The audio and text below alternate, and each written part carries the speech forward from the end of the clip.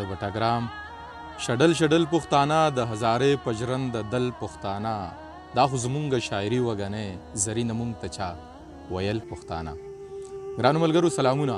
دغه شعرونه د ارواښاد زرین پریشان صاحب وو، الله دې ورته واړه جنتونه نصیب کړي. څو کلونه وړاندې د سایل صاحب سره اکمل صاحب سره دلته بټګرام ته راغلي وو. هغه هم یو مشاعره وه او سخت کال بیا یو مشاعره را جوړه شوې ده. خانخیل ورور را سره ناست دی، سره د ګرانو ملګرو د مختار حیران، اعظم بونیری، جاوید شاه درمان او د یاسین را روان شو. بټګرام ته راغلو. دا اجمیره کلی دی او بیا مونږ په ډیری کې ناست یو.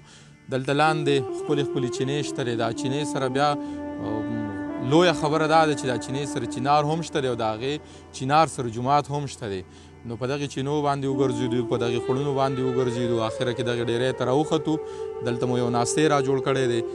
دغه شاعران ملګري کوشش کوم چې دغه واورو او د دوی نه خواږه خواږه شعرونه ریکارډ کړم، له ځان سره یې یوسم او بیا یې را جوړ کړم او له تاسو ملګرو سره شریک کړم.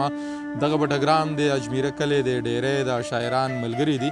راځئ چې په شریکه باندې واورو او د هغوی د شعرونو نه خوندونه واخلو. ستا او زما نظر غاړه ورکړې ده، په هیله پر هر غاړه ورکړې ده. نه ستایم خالونه وزګار نه یمه، خاورې له مې شر غاړه ورکړې ده. نه ستایم خالونه وزګار نه یمه، خاورې له مې شر غاړه ورکړې ده. ما ته د رقیب په سر بد مه وایه، تا ورله اکثر غاړه ورکړې ده. ما ته د رقیب په سر بد مه وایه، تا ورله اکثر غاړه ورکړې ده. زما د جنت غم د بام منظر خوړلی دی، ته زه ځای د یاره توبې سر خوړلی دی. زما د جنت غم د بام منظر خوړلی دی، ته زه ځای د یاره توبې سر خوړلی دی. تشریح د محبت په د جمعې خطبه کې وکړي، مولا راته قسم نن په منبر خوړلی دی. تشریح د محبت په د جمعې خطبه کې وکړي، مولا راته قسم نن په منبر خوړلی دی. او د مرګ د اژدها نه چې راغلی او ژوند دی، هغه درمان دی خلکو په باور خوړلی دی. وکه د غانټول سره سیالي جانانه وخانده، وکه د غانټول سره سیالي جانانه وخانده. ګل مې که د ژوند مازیګري جانانه وخانده، ژوند به د خزان د اور سیزي جانانه وخانده. او راوله د ځان سره سپرلي جانانه وخانده، ژوند به د خزان د اور سیزي جانانه وخانده. راوله د ځان سره سپرلي جانانه وخانده. ستا د قاتلانو خنداګانو بلا واخلمه، خدای گو چې مې کخه د زړه مري جانانه وخانده.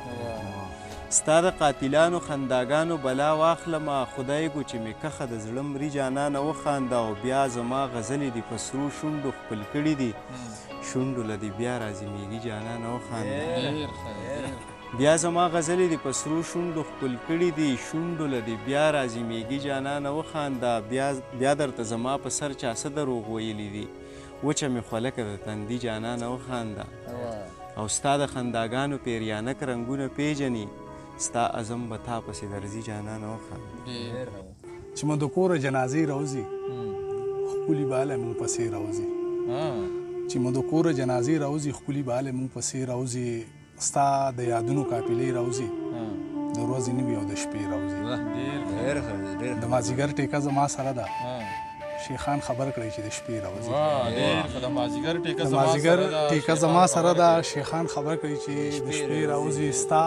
چې ستا خطونه به پراته وو پکې، د هغې جیب نه اوس تسبیح راوځي.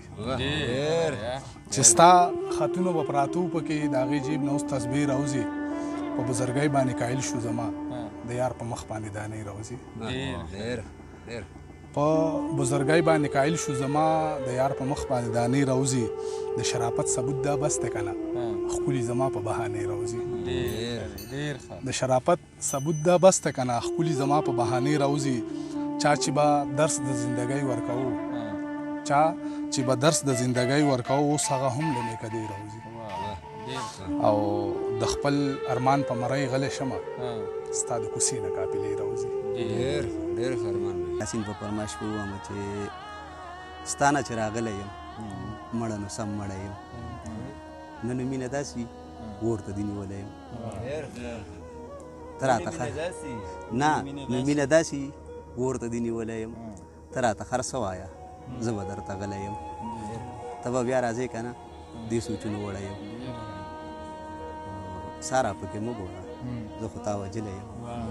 دا غلطي مې کړې یار، سوات ته چې درغلی یم د لارې یارې یاره څومره هوښیارې یاره اخر دې پرېښودم اخر د ښارې یاره ما داسې مه پرېږده ښه زما خو یارې یاره لاس را چاپېر که که نه څه ته ایسارې یاره په ما شکونه کوي ډېر ګناهګار یاره ته که ځان ډېر پردی کړي خو د مختار یاره څوک وایي تارخه دي راشه وګوره څوک وایي تارخه دي راشه وګوره شکره ده خواږه دي راشه وګوره او چا ویل چې دلته زاروال دي ټول چا ویل چې دلته زاروال دي ټول دلته پښتانه دي راشه وګوره زما پټي نه خپل پټي ته په غلا دا سړی څوک دی چې لښتې ماتوي ای کلیواله دلته خیال به ساتې ښار کې سړي ګورې سړی ماتوي دلته زموږ سره ګران ملګری یاسین هم ناست دی هغه د کبل خوراک کوي او د دغه پته نشته دی چې دا دی ولې خوري نو په دغه اړه دې تپوس کوو چې دا کبل د خېټې د درد دپاره ښه وي که د سر د درد دپاره که د معدې دپاره سخت خوراکونه هم کوي نو اکثر ته زموږ سره چې په کومو ویډیوګانو کې ناست دی او مونږ اکثر داسې په ډیری باندې ناست یو یا د پولې په غاړه باندې ناست یو په ټو کې ناست یو هلته کبلې ډېرې وي او ته کبلې خورې نو د دې څه وجه کېدی شي دا خو اوس ما پرېښې خو بې ما ځان مصروفه کړی و